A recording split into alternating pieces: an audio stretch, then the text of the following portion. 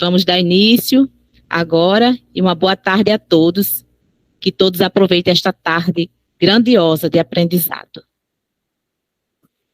Pode falar, professora Suzana Pérez.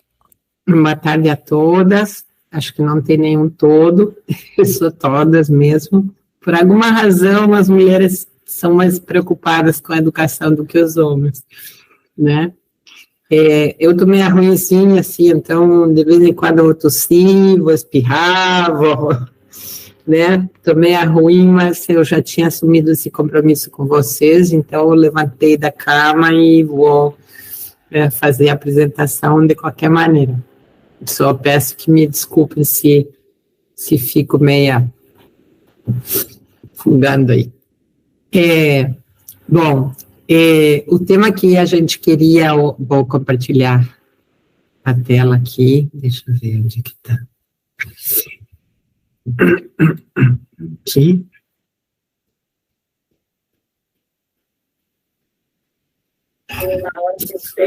O tema que nós íamos, sobre o qual nós íamos conversar hoje, e eu digo conversar mesmo porque eu acho que é muito importante que vocês possam,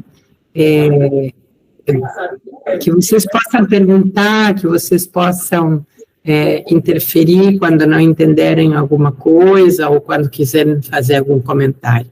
Eu acho que é muito importante, portanto, fiquem à vontade, né, de fazer interrupções, o que for necessário. Vocês estão me ouvindo bem? Sim. Sim, estamos. Bom, a ideia é... Sim, Suzana. Sim.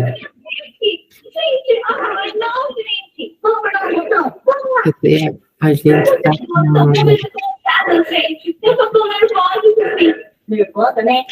a gente que está com o microfone aberto aí. Bom, a ideia é apresentar um pouco a vocês o Renzulli e tudo que ele tem feito pela educação de pessoas com altas habilidades de superdotação. Ele é uma das referências mundiais mais importantes na área, né? Ele é psicólogo escolar e eu acho que isso é muito importante, porque ele tem essa visão educacional que hoje em dia um pouco está se perdendo no nosso meio, né? E ele tem escrito centenas de artigos, muitos livros, e ele coloca à disposição todo esse material, né? Sempre coloca à disposição de uma forma gratuita. Vocês podem ter acesso, se vocês procurarem lá na UConn, na Universidade de Connecticut, no NEAG, que é a escola de educação de lá, e vocês vão encontrar todo o material dele de forma gratuita, né? Ele publica muito no ResearchGate também. Eu vou deixar depois as referências para vocês, e como isso aqui vai ficar gravado, vocês podem acessar em qualquer momento, né? Então, o Renzulli é uma pessoa, assim, que eu admiro muito, né? Porque é uma pessoa extremamente humilde, vem de um contexto muito humilde. Ele é filho de uma família de italianos imigrantes nos Estados Unidos, e ele foi professor de primária, né? Ele vendeu até batata pela rua, né?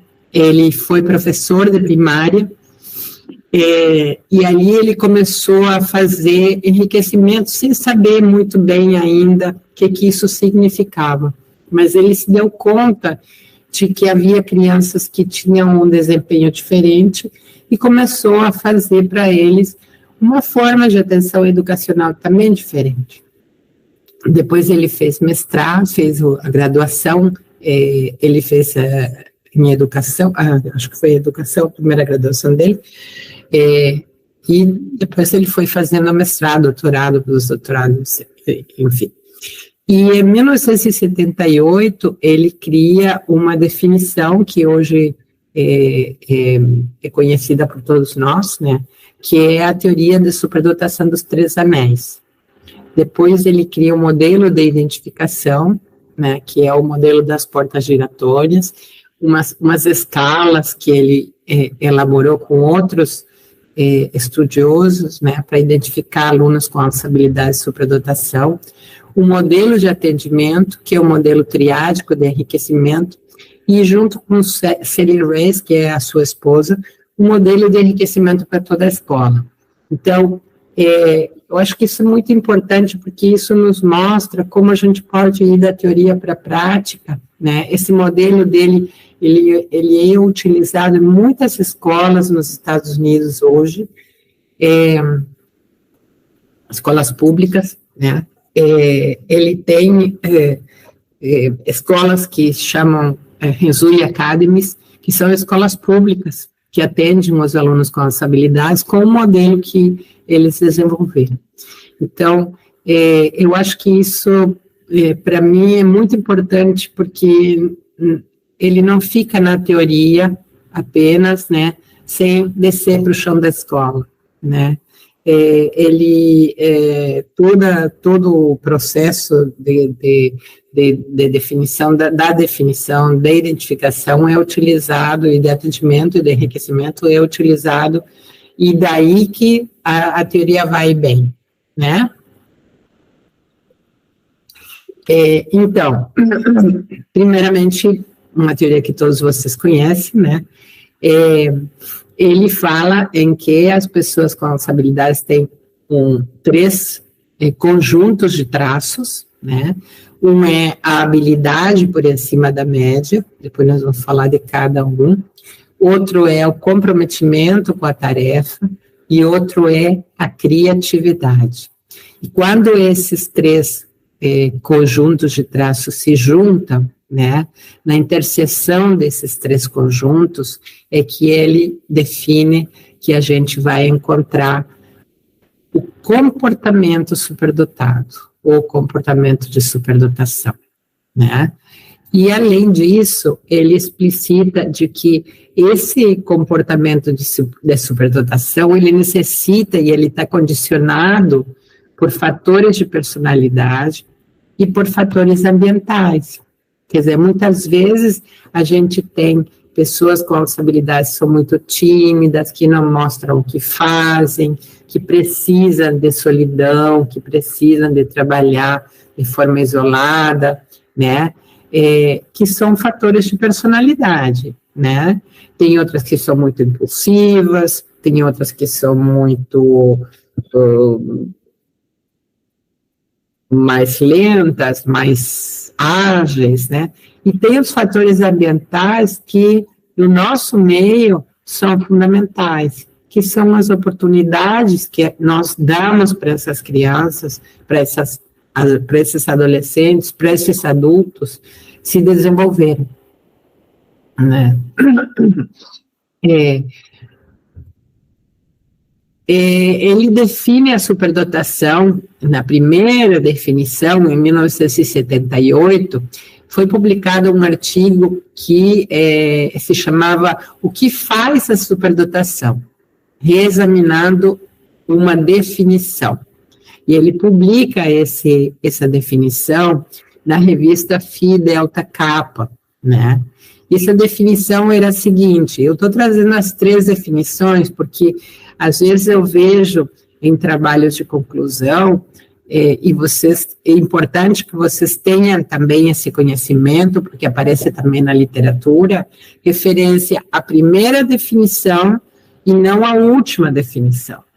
E essa definição, ela foi evoluindo com o tempo, e teve mudanças que são muito importantes, e fundamentalmente são muito importantes para quem faz o atendimento, para quem faz formação docente para os NAS, né? Então, a primeira definição, vejam só, diz que a superdotação consiste na interação entre três conjuntos básicos de traços humanos, e que esses conjuntos são habilidades gerais acima da média. elevados níveis de comprometimento com a tarefa e elevados níveis de criatividade. E ele diz, as crianças superdotadas e talentosas são aquelas que possuem ou são capazes de desenvolver esse conjunto composto de traços e de aplicá-los a qualquer área valiosa do desempenho humano. Então, vejam que eu frisei ali habilidades gerais acima da média. Isso foi em 1978. E quando ele fala crianças superdotadas e talentosas, ele não faz diferença entre o que é superdotação e talento, que muitas pessoas costumam fazer, mas é uma definição, é uma forma de chamar que nos Estados Unidos se utiliza, né? Mas sem fazer essa diferenciação de que superdotação é na área acadêmica e talento é na área artística e demais áreas. Isso é muito importante ter claro. Na definição atual da Associação Nacional de Superdotação dos Estados Unidos, eles deixam muito claro isso também, né? Então, eu sei que tem muitos municípios no Brasil que estão fazendo diferença, né, e que estão aceitando somente aqueles que têm teste QI acima de 130, né, e que estão deixando de lado aqueles que não chegam a esse nível a esse score de QI. Então, essa é a primeira, tá? Segunda definição, em 1986, ele troca o termo superdotação, né? Veja, vou voltar ali, né? Que ele fala, a superdotação consiste, né? Ele troca esse termo superdotação por comportamento de superdotação. E ele troca habilidades gerais acima da média por habilidades gerais e ou específicas acima da média. Isso é muito importante. Primeiro, porque o termo superdotação, ele eu estive com ele, eu ganhei uma bolsa Fulbright em 2019, eu estive 3 meses convivendo com o Rezul. E além de conhecer ele muito mais a fundo, porque todos os dias eu estava em contato com ele, conversava com ele, eu podia chegar na oficina, no escritório dele e dizer, olha, eu estou com essa dúvida, o que você acha disso? E discutir com ele, né, que para mim foi muito enriquecedor tudo isso. Eu conversei com ele justamente sobre o termo, né, e eu dizia para ele assim, mas por que a superdotação, né, ele dizia, não, superdotação é um termo que realmente carrega muito, dá lugar à confusão, em inglês gifted, né, e gifted quer dizer,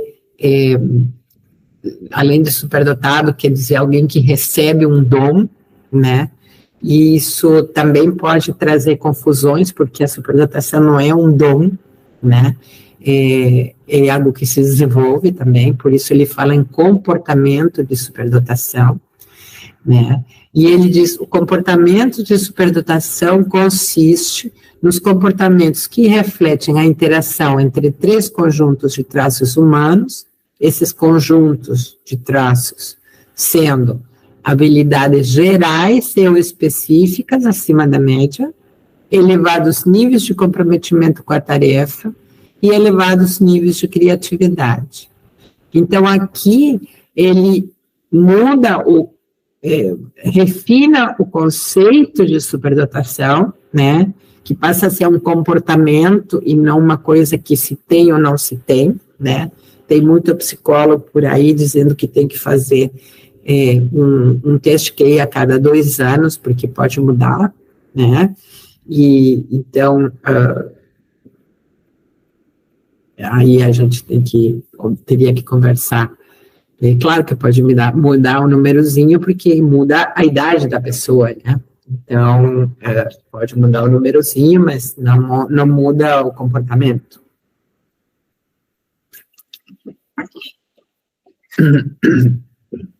E ele traz aqui habilidades gerais e ou específicas acima da média, né? Então, ele já amplia esse conceito, né?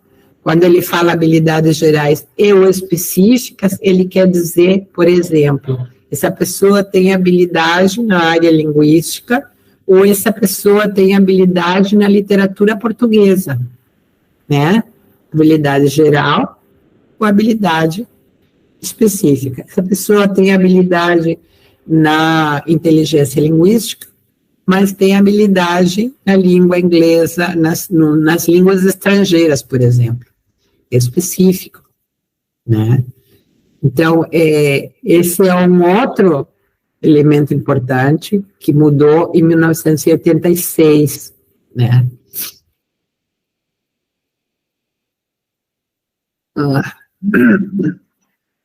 Em 2016, a definição atual,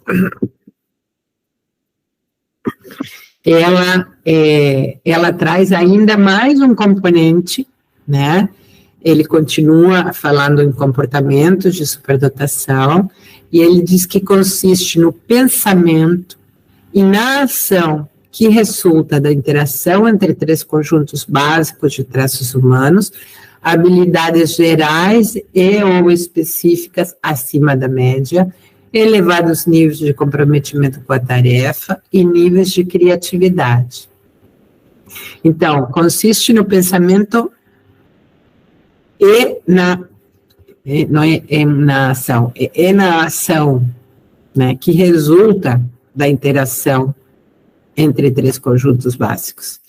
E uma coisa muito importante, agora vamos ver o que ele entende por habilidade acima da média, né? O que ele entende por criatividade e o que ele entende por comprometimento com a tarefa, porque muitas vezes cria muita confusão quanto a isso. Então, ele fala, já na última definição, em habilidade acima da média, ele fala que o estudante é capaz de ter um desempenho, ou um potencial de desempenho em níveis superiores a outras crianças da mesma idade. A habilidade por cima da média se define como a demonstração de um desempenho superior ou a estimativa de um desempenho superior, né? Então, como é que nós vamos medir essa estimativa de um desempenho superior em comparação a outros estudantes de determinada idade ou nível escolar ou áreas de desempenho que ocorrem fora da escola, né? Então, não é somente na escola, em áreas de desempenho que ocorrem fora da escola. Ou seja, desempenho superior em comparação a outros estudantes dentro da escola, né? Ou nível escolar, ou áreas de desempenho que ocorrem fora da escola. A habilidade por cima da média pode se demonstrar em uma ou mais áreas de rendimento acadêmico, ou em qualquer combinação das seguintes áreas documentadas no trabalho de Howard Gardner. Então, é muito clara essa relação que ele faz agora com todas as inteligências que Gardner propõe, né? Inteligência espacial, corporal sinestésica, inteligência naturalista, musical, linguística, lógico-matemática, intrapessoal e interpessoal, né? Então, é muito importante essa aclaração da última definição, porque aí ele nos diz, olha, não tem como medir, né?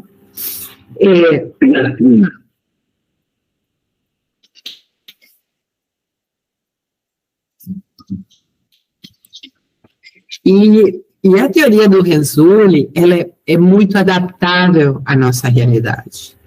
Quer dizer, é uma teoria e é um sistema de identificação e de atendimento que a gente pode adaptar, não deve trazer tal qual está, porque o modelo, digamos, o sistema educacional americano é muito diferente ao nosso, mas é uma teoria que é facilmente adaptável, né? Tem um autor que ele trabalhou muito, faleceu agora há pouco, em 2016, né? E ele diz que a superdotação é tipicamente tratada como se fosse sinônimo de pontuações em testes de inteligência, em testes de desempenho acadêmico ou desempenho escolar. Talvez porque outras áreas não tenham testes padronizados ou medidas de papel e lápis que possam ser facilmente quantificados para identificar a superdotação em outras áreas, né? Então, tinha um autor que dizia assim, se você quer saber se uma criança tem facilidade para andar de bicicleta, você não pede para ela escrever sobre como andar de bicicleta. Você dá uma bicicleta e pede para ela andar, né? Então, por isso é que eu questiono muito o uso dos testes de QI como único instrumento para avaliar as altas habilidades de superdotação, porque ele é insuficiente. E não é eu que digo somente. Tem muitos autores no mundo inteiro, inclusive psicólogos, né? O Webb é um psicólogo, que dizem isso. Bafalgekam afirma que muitos continuam a assumir que as crianças com alta capacidade são 2 a 3% da população. E lembra que os próprios autores dos testes de inteligência afirmam que é enganoso adotar pontos de corte fixos, porque esta é uma prática antiética, artificial e quase impossível de interpretar, que é consistente com as normas educacionais e da psicologia psicométrica. Isso aí tem vários autores que dizem, né? Afinal, aí até a própria APA, que é a Associação de Psiquiatria Americana, diz isso, né? E Borland diz, com mais de um quarto de século se passou, a crença de que 3 a 5% da população escolar é superdotada e a crença de que a superdotação pode ser reduzida a uma pontuação alta em um teste de QI, agora deveriam ser meras curiosidades históricas. Infelizmente, não é o caso. Ambos os mitos ainda florescem, aparentemente invulneráveis à razão e às lições da experiência, né? Então, a Cereda Estremiana, que é uma autora espanhola, diz assim, não há qualquer justificativa para chamar crianças acadêmicas de superdotadas e crianças artísticas de talentosas.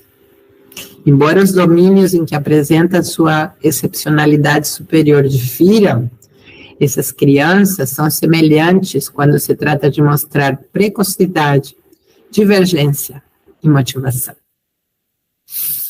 Então, isso para trazer um pouquinho à tona o tema da habilidade acima da média, né, e de como esse conceito, ele está muito vinculado ao conceito de inteligência, e particularmente no caso de Renzulli, ao conceito de inteligências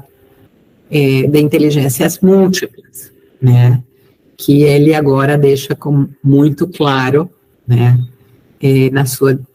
na sua última evolução da definição, né.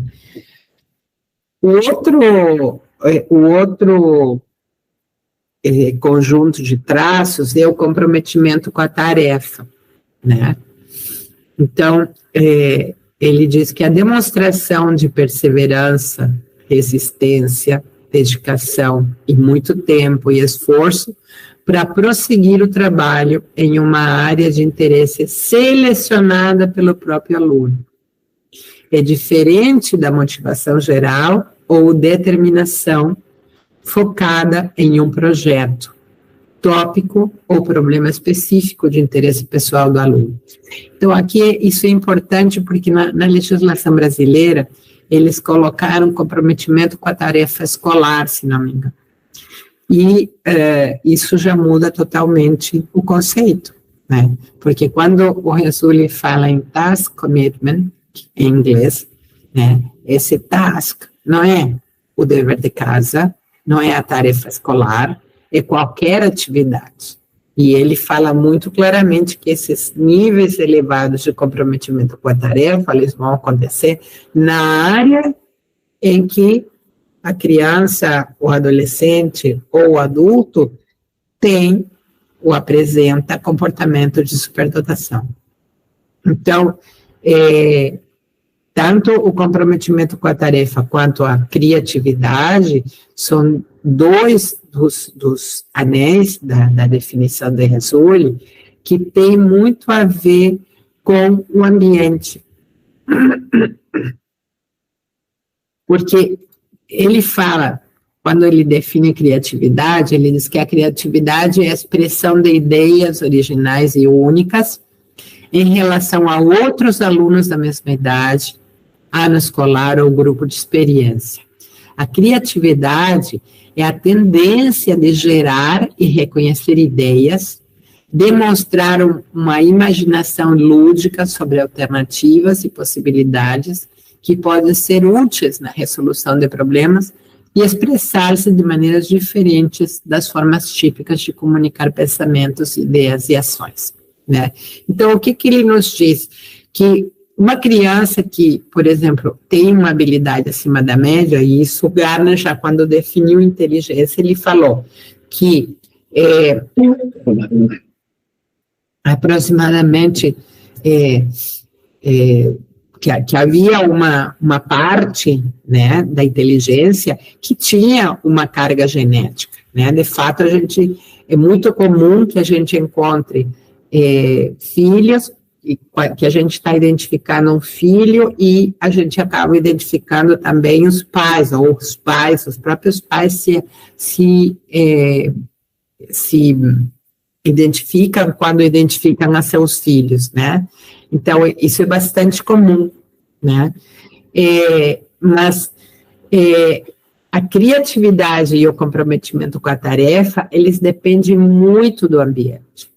E o que o Resulli diz que muitas vezes, quando a gente estimula a criatividade, acaba estimulando o comprometimento com a tarefa, porque a criança começa a criar coisas novas, começa a se dedicar cada vez mais, né, o adulto, o adolescente, a se dedicar cada vez mais àquele interesse que é próprio dele, aquela habilidade, né, que ele ou ela tem, né, e da mesma maneira, quando a gente estimula o comprometimento com a tarefa, né, e depois a gente vai ver como ele trabalha com esse estímulo, né, a gente acaba estimulando também a criatividade, porque a pessoa começa a se dedicar muito tempo a essa habilidade e acaba criando coisas novas, né? Então, esses dois anéis, eles dependem muitíssimo dos fatores ambientais e das oportunidades que a gente possa dar, né, para uma criança, para um adolescente, para um adulto. Né? Às vezes a gente tem uma criança que, por exemplo, tem uma habilidade para química, né, mas ela vem de um contexto vulnerável, ela não tem acesso a um laboratório, então provavelmente nunca vai desenvolver a química, né, porque falta esses fatores ambientais, essas oportunidades que lhe favoreçam esse desenvolvimento nessa área, né, principalmente nas nossas escolas, onde os laboratórios, infelizmente, são salas, muitas vezes, sem utilização e com pouco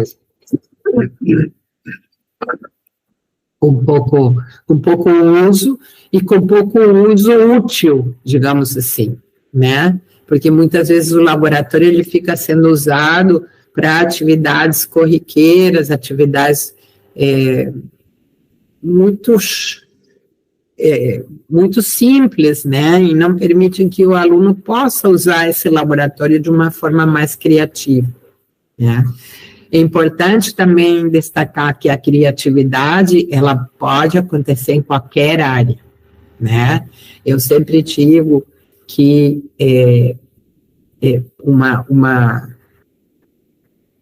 a criatividade, ela pode se apresentar tanto na matemática, como no desenho, como na linguagem, como, né, em qualquer área a criatividade pode ser utilizada.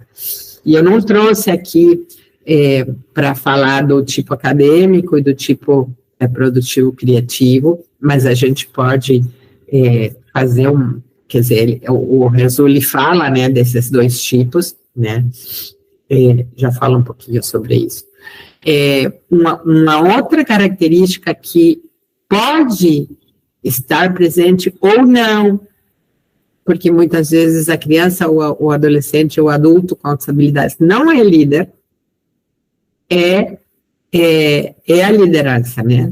São pessoas responsáveis, com as quais se pode contar para levar a cabo um projeto ou uma atividade, tem tendência a articular ideias e se comunicar bem com os outros, são autoconfiantes quando interatuam com pessoas da sua idade, têm capacidade para organizar e estruturar coisas, pessoas e situações, apresenta uma conduta cooperativa quando trabalham com os outros e tem tendência a dirigir uma atividade quando interagem com os outros.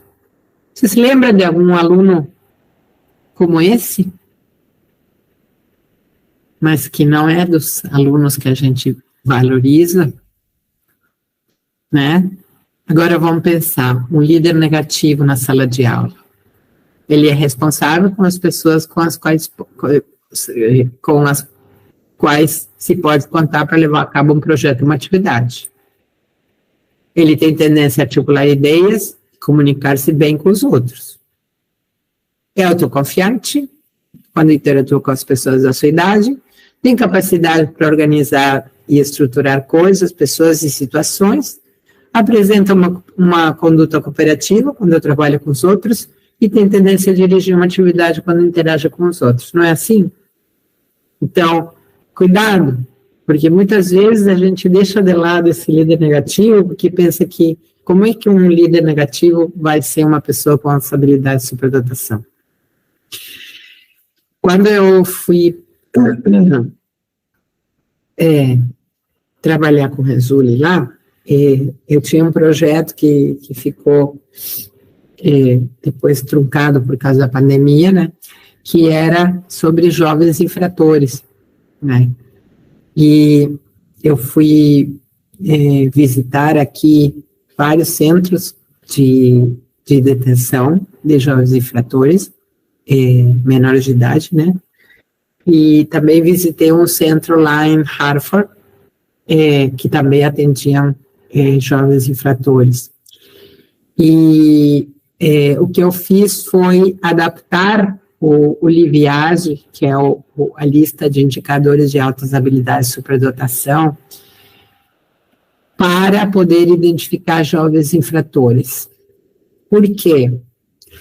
Porque tem alguns itens, né, principalmente na área da criatividade, que a gente não consegue identificar em jovens infratores, justamente pela falta de fatores ambientais que promovam a criatividade.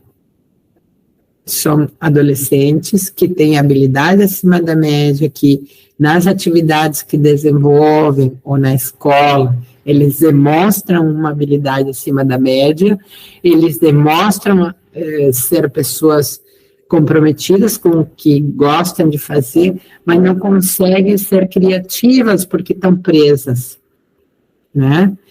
Esse foi um projeto que o Rezulli diz assim, é o único que já vi no mundo, né? Porque não se pensava em jovens infratores com altas habilidades de superdotação. e que me ensinou muita coisa, quer dizer, porque a gente podia ver que esses jovens, muitos deles eram assassinos, né? Muitos deles tinham um histórico de vida, assim. Eu me lembro de um que tinha muita a habilidade dele era na história e era no trabalho manual com couro, né? Então, ele era filho de uma mulher que estava presa por assassinato. E o pai dele era paraplégico, ele não podia trabalhar. Então, esse menino tinha 16 anos, né? Para onde que esse menino ia voltar depois que ele saísse da cárcere onde ele estava? E eu perguntei para ele, por que tu está preso? E ele disse para mim assim, pelas juntas, pelas más companhias, né? Então, já com 16 anos, ele já tinha sua vida bastante limitada, né, em termos de poder desenvolver seu potencial.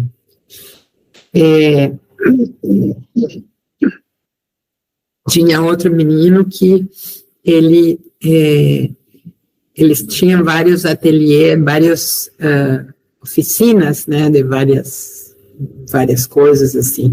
Então, tinha 2 casos que chamaram muito atenção. Tinha uma oficina de empatia, né, e tinha uma oficina de gastronomia. Então, na oficina de gastronomia, tinha um rapaz que a professora dizia assim, ele cria receitas, ele traz receitas para mim, diz, professora, eu criei essa receita, vê o que você acha. Ele decorava os pratos. Então, ele tinha ele desenvolvia essa criatividade nessa área. E ele dizia que ele já tinha, para sair dali, quando ele saísse daí, ele ia procurar emprego como chefe, né, gastronômico. Depois tinha outro que ele vinha de um contexto melhor, favorecido, né, mas estava preso, mas ele conseguia manter a empatia com os outros, né, e se preservar, porque geralmente quando chega uma pessoa de um ambiente mais favorável, nesses ambientes que são de contexto muito vulnerável, eles são muito atacados, né, e ele conseguia, ele tinha uma capacidade de relacionamento na habilidade interpessoal e na habilidade intrapessoal, que ele conseguia contornar tudo isso sem ser magoado, sem ser lastimado, né? Porque nesses contextos é bem assim. Então, isso um pouco... e eu traduzia o Liviage para o inglês, né, e aplicamos no centro de detenção de Hartford. Claro que lá é um outro contexto, né. E um dado curioso, né, que geralmente a gente tem muitas dúvidas, né, muitas vezes, mas quantos são, qual é o número total, né, e eu sempre digo, entre 7,5% e 10% da população. Nesse contexto, era muito mais alto, né? Era muito mais alto que nos contextos em geral. Então, aí a gente teria que pensar um pouquinho. Nas conversas com o Rezuli, ele dizia, eu não quero mais usar o termo gifted, eu estou pensando em mudar esse termo, né? E eu perguntava para ele, mas para qual que você quer mudar esse termo? Para que termo você quer mudar? Ele disse assim, eu estou pensando em habilidade superior, em potencial de habilidade, de ser mais acho que precisa trocar esse termo. E aí eu dizia, bom, aqui talvez seja possível trocar, mas nos nossos países, se a gente não identificar, se a gente dizer que essa criança tem um potencial, ou tem uma habilidade superior, necessariamente nós não estamos dizendo que essa criança é uma criança com altas habilidades de superdotação. E aí, né, se a gente não identifica, a gente não atende, né? Então, eu questionava para ele, digo, olha, lá nos nossos países isso seria muito prejudicial, né? Porque habilidade superior qualquer um pode ter, mas altas habilidades de superdotação, não. Em 1976, o Rezulli desenvolve, junto com outras pessoas, aí tem os nomes, 3 escalas. Aliás, ele desenvolve as 10 primeiras escalas, né, que são escalas com perguntas muito semelhantes, ou seja, são semelhantes aos questionários nossos, mas com características de cada uma dessas áreas. Então, as primeiras 10 características de aprendizagem, características de criatividade, características motivacionais, características de planejamento, características de comunicação na parte de expressividade, de expressão, e características de comunicação na parte de precisão, características dramáticas, características musicais, características artísticas, características de liderança.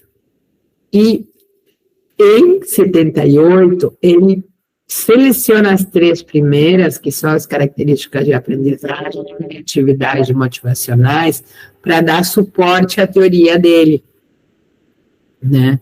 Então, ele seleciona essas 3 características. Em 2012, ele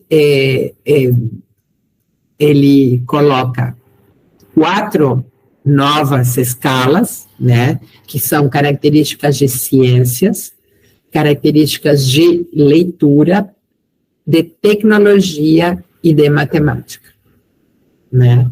Então, essas são escalas para ser preenchidas pelos professores. Ele pontua, lá na bibliografia vocês têm essas escalas, elas estão em inglês, né? Mas daria, não sei se tem alguém que já adaptado essas características. A gente usou alguns indicadores que tinham ali para os meus instrumentos. Eu usei alguns desses indicadores, né? Mas são muito mais específicos, né? É porque lá o professor ele tem o suporte para as altas habilidades de superdotação é muito maior, então tem professores específicos, tem comissões que fazem a triagem, né, dos alunos. Então, essas escalas, elas que são mais ou menos uma página cada uma, eles podem utilizar de forma muito mais, com muito mais tempo, de uma forma mais adequada, né? Em 1978, ele, então, vai fazer um modelo de identificação de crianças superdotadas talentosas baseadas na definição dele, né? E aqui, vejam só, ele parece meio complicado, mas não é. Ele coloca assim, tem 50% dos critérios que é baseado em testes, porque nos Estados Unidos se usa muito, né, os testes para poder enviar, né, para o atendimento educacional, e 50% que não está baseado em testes, né, além de outras 2 etapas. Então, ele diz assim, o pool de talentos, né, o que ele chama o pool de talentos, é aproximadamente 15% da população geral de uma escola. né? Isso aqui é aplicado numa escola. Então, ele diz assim, a gente escolhe os 15% dos alunos que tenham desempenho superior em qualquer área, mais ou menos vai dar um 15% da escola, né? Então, ele diz assim, 50%, na primeira etapa, tem as nominações por escolhas de teste, que isso é automático, baseado nas normas locais, cada estado americano, ele tem normas locais, né, para encaminhar para o atendimento, né, aí, que entre 92, percentil 92 e percentil 99 é o que se usa, né, os que têm esses percentis nos testes QI, né, e na etapa 2 já entram os critérios não baseados em testes, que são aproximadamente 50% de talento, que são a nominação dos professores. Vocês não vão ver aqui nenhum tipo de nominação que venha da saúde. A nominação dos professores, que é automática, exceto nos casos de professores que tenham excesso ou falta de nominação. Então, se aquele professor, ele tem muitos, todos, né, aquela ideia de que todos os meus alunos são superdotados, né, isso é mentira. Ou aquele que não tem nenhum, né, então aí tem que se colocar em dúvida, né. Na etapa 3, são caminhos alternativos, e que isso vai a estudos de caso.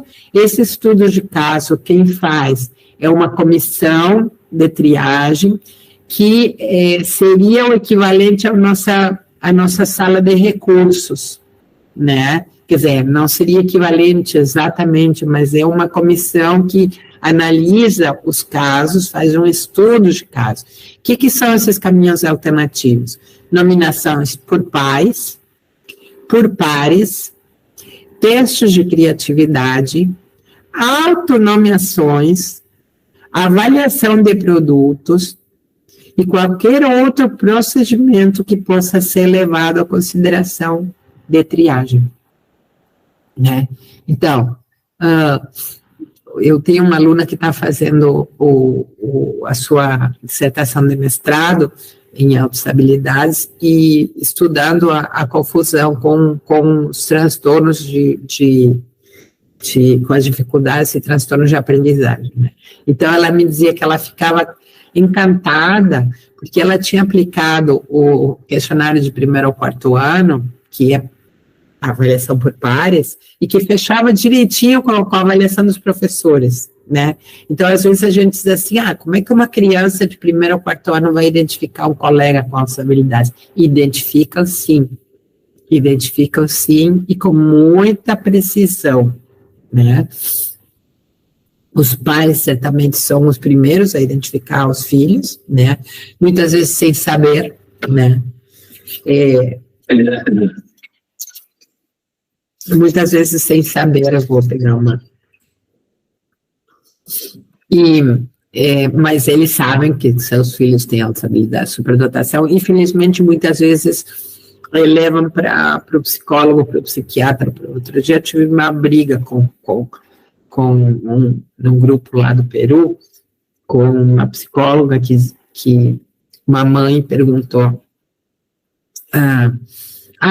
meu filho foi diagnosticado com altas habilidades de superdotação e ele tem dificuldade para se relacionar. O que vocês me sugerem?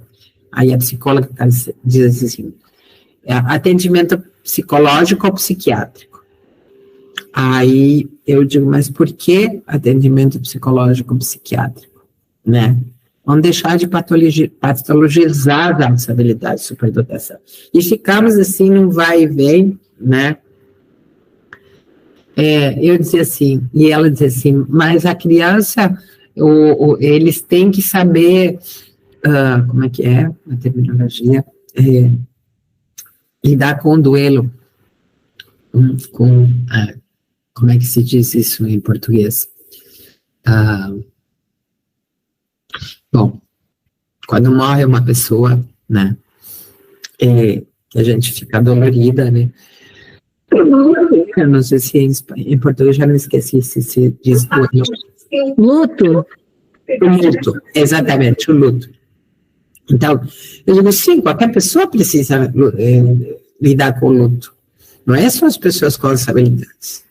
Então, qualquer pessoa pode precisar, em algum momento de sua vida, de um psicólogo, de um psiquiatra, mas não como resultado das altas habilidades de superdotação. Porque isso é uma coisa que muitas vezes a gente associa. Tem altas habilidades de superdotação, então vai se isolar, vai ter dificuldades de socialização, vai ter dificuldade de lidar com os outros, vai ser intolerante, vai ser, né? E a gente acaba associando as altas habilidades de superdotação a doenças, a bipolaridade, a depressão, né? A ansiedade. Pode ter ansiedade? Pode. Muito provavelmente vai ter quando o ambiente é negativo e não dá oportunidade de desenvolver. Mas isso não quer dizer que seja decorrência das altas habilidades, é decorrência de como o ambiente olha as altas habilidades, que é diferente, né? É diferente, a gente não pode...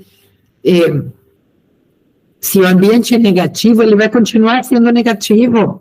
Então, vamos levar nossos filhos para atendimento psiquiátrico. Eu tenho criança com 2 anos em atendimento psicológico, pelo amor de Deus, né? Não dá. Então... muito cuidado com isso. As nominações especiais, que é a etapa 4, também vão para estudo de caso. O que são essas nominações especiais? Eles fazem que a lista dos alunos que foram nominados mediante os processos de 1 a 3, ou seja, por score de teste, por nominação de professores, ou por caminhos alternativos, pais, pares, teste de criatividade, autonomiação, né? Avaliação de produtos, que essa lista de alunos, ela volte para todos os professores da escola e de escolas anteriores que esse aluno possa ter frequentado, para que os professores dos anos anteriores possam nomear aqueles alunos que não tivessem sido recomendados pelo professor atual. E também permite que os professores de sala de recurso possam fazer recomendações baseadas na sua experiência, com estudantes que já fizeram parte do pool de talentos, ou estudantes que eles podem ter encontrado em experiências de enriquecimento que possam ter sido oferecidas às classes regulares. Quer dizer, eles têm o SEM, que agora a gente vai ver, ele é oferecido para toda a escola. Então, às vezes, ali se identifica crianças com habilidades, evidentemente, né? E outras não necessariamente têm as habilidades, né? Bom, a etapa 5 é a notificação e orientação aos pais. Então, você informa os pais que seu filho foi identificado com as habilidades, se orienta, se explica o que são as habilidades. Isso é muito importante, gente, porque muitos dos pais que a gente atende são pais que não têm noção do que são as altas habilidades, e quando seus filhos são identificados, mesmo que a gente notifique, eles ficam pensando que seus filhos são doentes, que seus filhos têm alguma coisa errada, né? Então, a gente precisa orientar esses pais para explicar para eles o que são as altas habilidades, o que eles podem fazer, como eles podem ajudar o NAS, a sala de recursos, para favorecer o atendimento desses alunos. A etapa 6 é a nominação por informações da ação. A informação da ação pode ser melhor definida como as interações dinâmicas que ocorrem quando um estudante torna-se extremamente interessado ou entusiasmado com um tema específico, área de estudo, problema, ideia ou evento que ocorre na escola ou em ambiente fora dela. Então, eu às vezes tenho um professor de educação física, né, e tem um aluno lá que está participando de uma academia de artes marciais, e ele tem um desempenho excelente, né, mas ninguém sabe disso, né, então essa é uma informação de ação, né, que o professor de educação física provavelmente fica sabendo, porque esse aluno conta para ele, ou porque esse aluno demonstra para ele, e depois, em algum momento, conta, né? O mesmo acontece com a música, pode acontecer com pintura, desenho, escultura, enfim, outras áreas que a gente não tem na escola muitas vezes, e que a gente fica sabendo. Essa informação da ação, ela vem geralmente de fora, ou às vezes a gente encontra por acaso. Eu lembro quando eu fiz o meu mestrado numa escola que ficava numa favela em Porto Alegre, no topo de um morro, Morro da Cruz, que é um dos morros mais violentos lá de Porto Alegre, e tinha uma aluna que eu quase ia eliminar da pesquisa, porque eu apliquei 300 e tantos questionários individuais, né, que na época eram um pouquinho diferentes dos de agora, aos estudantes, à família e aos professores. E essa aluna era um aluno de sétimo, oitavo, não me lembro. E essa aluna, ela foi a única que ela pegou aquele instrumento, ela preencheu com 2 cores. Todas essas perguntas ela colocava, veja o verso. Aí eu ia no verso, tinha uma explicação, mas isso aqui, assim. Aí, mais adiante, ela questionava alguma coisa, questionava o próprio questionário, né? E me chamou muito a atenção a criatividade dela, né? De sair da caixinha, de dizer assim, responder e dizer, vai no verso, ver o que mais que eu quero dizer, né? E essa menina era uma menina negra, repetente, porque tinha 16 anos e era mãe já de uma criança de 1 ano e meio, então ela tinha repetido o ano porque tinha faltado por causa do parto, da gravidez, do parto, e que todo mundo adorava, ela era a líder da turma, né, então quando tinha que fazer alguma reivindicação, ou tinha que fazer um trabalho, por exemplo, expor um trabalho de um grupo, ela era a que era solicitada para fazer esse trabalho, né, mas eu não achava indicadores em que área que ela tinha as habilidades, né. Então, um dia eu fui conversar com a professora, eu tinha uma menina que era da parte de atletismo, né, e aí a professora de educação física pedi para ela conversar com ela sobre essa aluna, e ela me disse assim, olha, Suzana, melhor tu vir de tarde, porque durante a manhã para mim fica difícil, mas durante a tarde eu tenho um projeto de dança, então talvez fique mais fácil, eu posso conversar contigo enquanto elas treinam, não sei o que. Eu estou organizando uma apresentação para a festa da escola. Eu chego lá de tarde e está lá aquela menina, dançando de uma forma incrível. Claro, a professora de ciências que tinha respondido o questionário, e que era, porque a aluna tinha dito que a área dela era ciências na escola, ela tinha questionado, todas as perguntas ela tinha posto às vezes, todas, não tinha uma que não fosse às vezes. Então, para mim, era difícil identificar, né? Os pais eram analfabetos. Então, ela disse para mim assim, posso eu preencher para os meus pais? Não pode, eu vou conversar com seus pais, você não pode preencher. Então, os pais eram analfabetos, a mãe era faxineira, o pai era pedreiro, ela tinha 8 irmãos, né?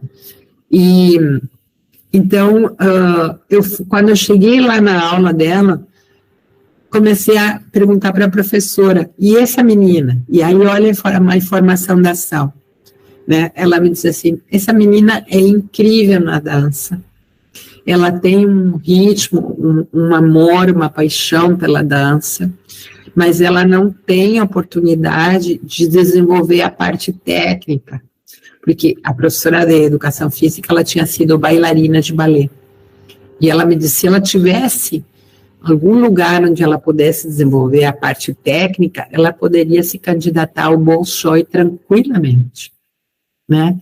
Então, vejam aqui, duas coisas, fatores ambientais e informação de ação, porque se não fosse pelo que essa professora me disse, eu não tinha incluído essa menina na minha pesquisa, né?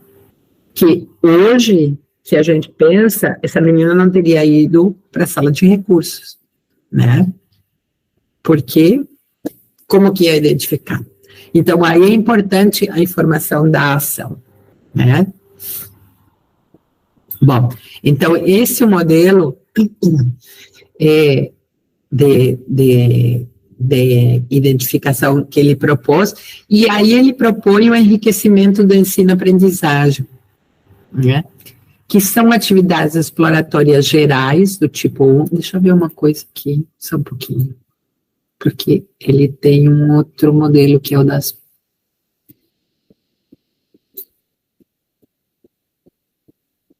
Onde é que eu botei?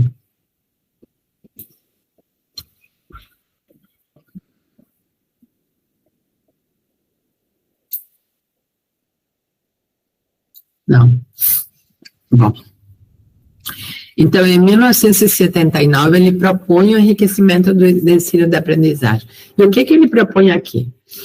Né? Vocês veem que aqui tem muita flechinha, né? Tem muita flechinha que entra e sai, né? Todas elas. Então, atividades exploratórias do tipo 1, gerais do tipo 1, né? Ah, eu me esqueci de falar para vocês dos dois tipos de superdotação que o Renzulli propõe, que são o do tipo acadêmico e o do tipo produtivo criativo. Tipo acadêmico não quer dizer que é aquele que vai bem na escola, e tipo produtivo criativo não quer dizer que é aquele que vai bem nas demais áreas, né? Isso se a gente volta lá...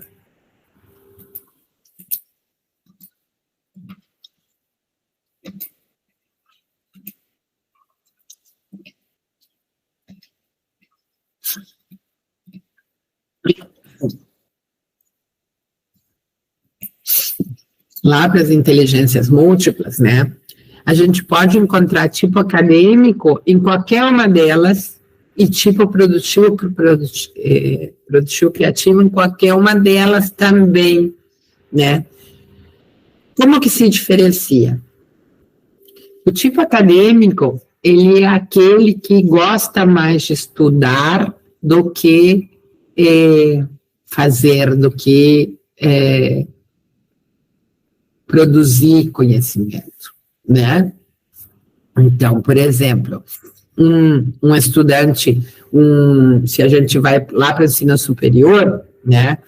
Nós podemos ter aquele estudante que gosta muito de estudar, sempre tem boas notas, ele se destaca dos demais colegas, mas tem o do tipo produtivo criativo que ele vai para o laboratório, né? Que é o que inventa coisas, né? E isso pode acontecer em qualquer área. Se a gente for para a música, né? A gente tem o intérprete musical, que é aquele que é excelente na técnica, né? Tudo ele faz com total perfeição, mas tem o produtivo criativo, que é o que compõe a música, né? Que é diferente, porque o que compõe a música muitas vezes nem sequer sabe como escrever partitura, por exemplo, né? No esporte, no atletismo, a gente tem o acadêmico, né? Vocês não são da minha época, mas eu me lembro quando a Daiane dos Santos saiu campeã várias vezes, né, nas Olimpíadas, e tinha uma outra moça, que agora não lembro o nome, que também era da mesma área de ginástica artística, e que também se destacava no Brasil, né? Ela e um irmão. Os dois vinham de uma família muito bem, com uma situação muito favorável, né?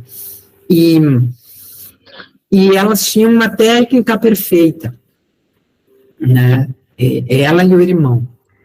Mas a Daiane, né, apresentou o brasileirinho, né, com uma criatividade, com uma ginga que a outra ginasta não conseguia ter. Então, aí se diferencia também o produtivo criativo, né, do acadêmico. Quer dizer, se a Daiane tivesse sido acadêmica, ela teria ido desde pequenininha. Também tem aí as questões de oportunidade, né? Ela foi descoberta numa pracinha, né? Mas ela teria ido, talvez, procurar uma academia, alguma coisa assim, mas ela treinava na pracinha. E uma professora que passava por aí viu ela e convidou ela para fazer treinamento, né? Mas a característica da Daiane dos Santos é a criatividade, né? Na pintura, por exemplo, nós temos as pessoas que fazem quadros falsos, cópias de quadros. Muitas vezes são tão perfeitos que são imperceptíveis, né? E são vendidos como quadros originais, mas são falsos. Então, esse falsificador, ele tem um domínio da técnica, né, e uma capacidade de copiar uma obra que é original a tal ponto de ser considerada original, mas não é original. Então, esse falsificador é do tipo acadêmico. Ele tem um domínio perfeito da técnica, mas ele não é capaz de criar. Enquanto que o original, o que fez a peça original, é capaz de criar. Então, isso é importante, porque muitas vezes a gente diz assim, não, acadêmico é aquele que tem boas notas na escola, que se dá bem nas disciplinas da escola. Não é assim, né? Isso é bem importante da gente ter em conta, né, para não deixar de lado, muitas vezes, alunos que podem ser.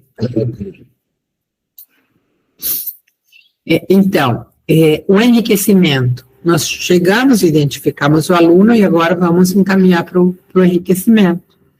O que temos no enriquecimento? Atividades exploratórias gerais do tipo 1, que podem acontecer para toda a escola, e que são coisas muito simples, gente. Pode ser um passeio, pode ser uma ida ao cinema, pode ser ir assistir um jogo de futebol, pode ser uma ida ao museu, pode ser qualquer coisa que a gente faça na escola, né, que